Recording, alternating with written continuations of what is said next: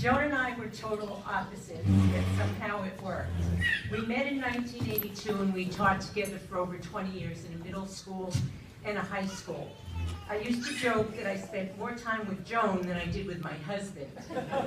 I'll share some anecdotes to capture our relationship in the essence of the one and only Joan. Her sense of humor, her caring, her insistence on perfection, and her strong powers of persuasion. Little did I know, I thought I was going to be telling you all about her powers of persuasion, but it's kind of been a theme. I was a flamboyant, glitzy dresser from New York, and Joan was very conservative.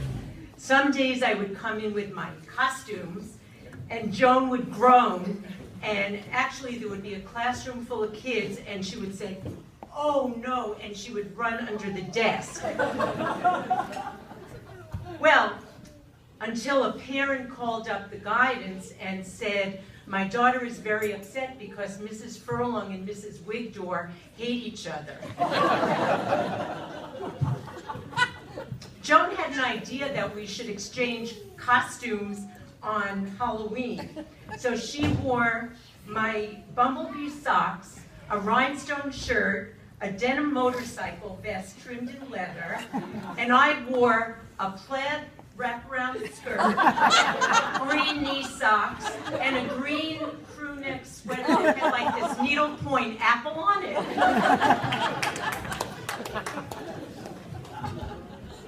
Joan always told me what to do, and for some reason, I always did it. Looking back, she created so many tasks for me, but everything Joan did had to meet her high standards, and I was brought along for the ride. We taught summer school together for many years, and she made me rewrite the math curriculum. Then we taught a night school SAT course, and yes, we had to rewrite that curriculum as well. Thank you, Joan. We were co-advisors of the National Honor Society. We were given this job. We didn't even know who was in the National Honor Society. We had to call the Foxborough Reporter and get a picture of the people who had gotten inducted. So they had left us nothing. So Joan, of course, was appalled, and she said, "Sheryl, we have to do something so that people who come after us don't have to suffer the way we did." Yes, Joan. So we actually made this big binder which had instructions on everything, including what to serve at the banquet. You know, it was just very detailed, and we left it as our legacy when we left and moved on to the high school. We co-taught a geography class, but Joan would not allow me to write on the board because she said my handwriting wasn't good enough for the children. Of course, Joan had a Catholic school gorgeous penmanship, but man, was she a slow writer. Joan enlisted me to tutor by Skype two of her grandchildren in New Hampshire, Jonathan and then Matthew, one of their classmates, and even her oncologist son in Fredericksburg. She convinced me that it was okay that these students were in New Hampshire and Virginia.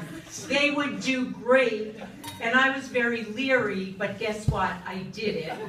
And you heard Jonathan is at Georgetown. His classmate is at West Point, I believe, and the other ones haven't finished yet. So once again, Joan was right. One of her former students, so some of you might know, her name is Milena Ballin, wrote to me this week, and she said she had memories of Mrs. Furlong and I laughing and having a blast when we were at the high school. We were total opposites, but somehow it did work, and we had fun together. Joan would send me education articles from the Washington Post, the New York Times, the Huffington Post, and other sources with captions such as, "Glad we're not teaching anymore," or "This is a math article for you. I have no idea what they're saying, but you'll probably like it." She even sent me a review of a movie that hadn't even come out yet that she told me I had to go see. And Hidden Figures. That's what the movie was, so she was right again. Joan was a gourmet cook who always used cloth napkins.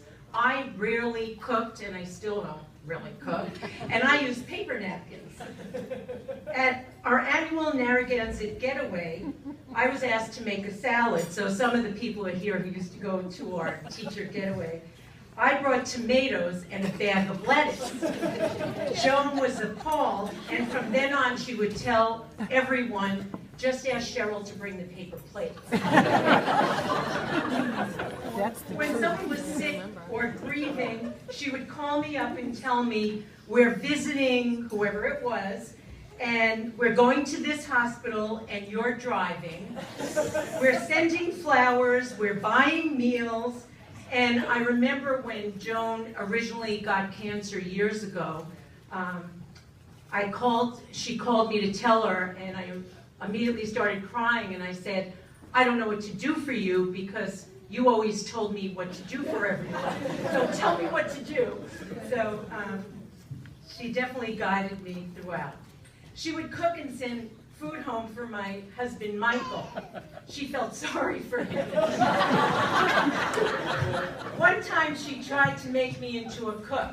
She gave me a pasta recipe with every fresh ingredient. I didn't even know what they were, so she labeled the baggies. This is fresh basil, and I got a bag full of the pasta, the baggies, the ingredients for the sauce. She was the original Blue Apron. She was. Joan was a devout Catholic, and I was a traditional Jew. She introduced me to her mom, and Tom, I don't know if you remember this, Tom was painting the house on Carpenter Street, and she went over and she went, Tom, this is Joni's Jewish friend. And Tom was like, Joan, I don't know if you should be seeing this. I was her first.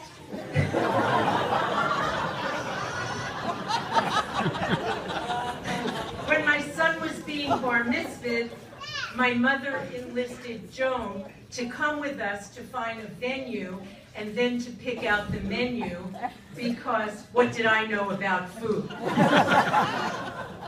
Joan was an amazing hostess. When Michael and I visited Joan and Doug in Fredericksburg, she made beef brisket, a traditional Jewish dish for Michael.